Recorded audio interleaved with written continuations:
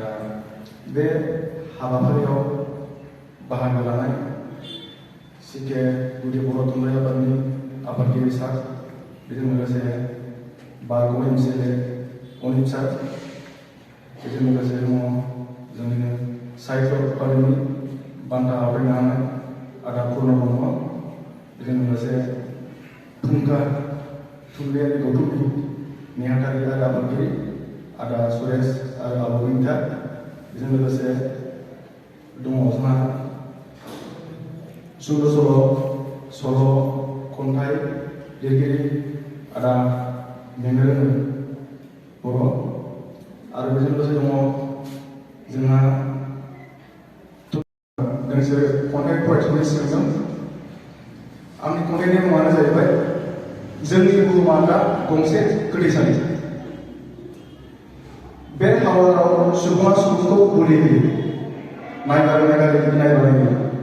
बिसोरनि सोलेर गंसेमानि कालसार सुबुं माहारिनि सिदावनाय थै। जोंनि बुहुमा दा गंसे गोथैसालि, जेराव नुयो सान आरो हर सुबुं माहारिनि गोथै सहर। खाफाल खुयै खुयै बिखा सौयै सौयै हांमा सथाब सथाब गाबख्रावनाय। हिर'शिमा आरो नागासाकिनि मोदैया दिनै मुलुगाव गाबखाव गाबखाव खिन्थायो। सुबुंनाव गैया अनफावरि बिखा। इनायनि फानजारियाव सुबुंथियारि बेसे गाबख्रावो। बेखौ सोर नुनो, सोर मिथिनो?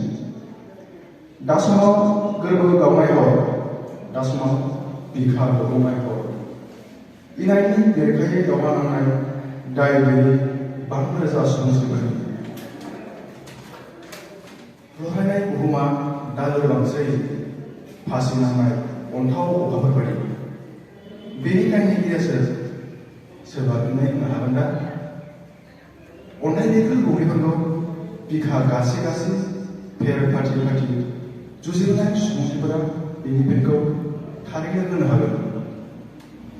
बिखायाव गोदान स्काइस्क्रेपारनि मिजिं, रोदोमहांनाय जोमै थान्दैफोर, हाबिलासनि दरखं दरखं, मोगथांनि मोखां मोखां, गोजोननि सुबुंनि थुलाफोरा फैबायगोन बे हावाराव हिर'शिमा आरो नागासाकिनि मोदैखौ हुगारफिनगोन। गोजोन्थों।